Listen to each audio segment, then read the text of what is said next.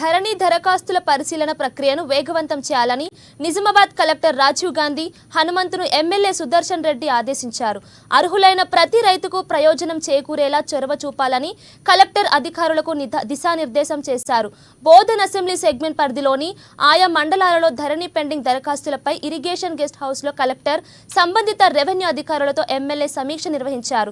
ఒక్కో మండలం వారీగా ఆయా మాడ్యూల్స్ లో పెండింగ్ లో ఉన్న ధరణి దరఖాస్తులపై చర్చించారు. వాటి పరిష్కారానికి చేపట్టాల్సిన చర్యలపై అధికారులకు కలెక్టర్ సూచనలు చేశారు. తహసీల్దారు తమ లాగిన్లో ఏ ఒక్క ధరణి దరఖాస్తు సైతం పెండింగ్లో ఉండకుండా 4 రోజుల వ్యవధిలోపు అన్నింటినీ పరిష్కరించాలని ఎమ్మెల్యే సుదర్శన్ రెడ్డి ఆదేశించారు. మొత్తం మనకు ఈ ధరణిలో 10,013 అప్లికేషన్స్ ఉన్నాయి. దాంట్లోకి వెళ్ళి 8,592 అప్లికేషన్స్ క్లియర్ అయ్యాయి.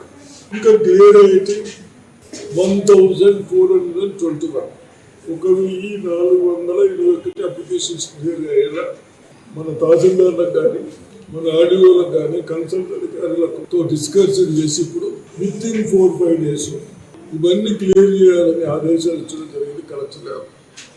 తప్పనిసరిగా రైతులు మీరు ఎక్కడ కూడా ఇబ్బంది పడకుండా విత్ ఇన్ 1 week లోపల మీ పాసు మీకు వచ్చేటట్టు ఈ పాస్బుక్ అన్ని క్లియర్ చేసినా మీకు రావడానికి ప్రింట్ కావడానికి కనీసం 1 month అవుతుందని చెప్తా ఉన్నారు ఆ రొటీన్ సిస్టంలో.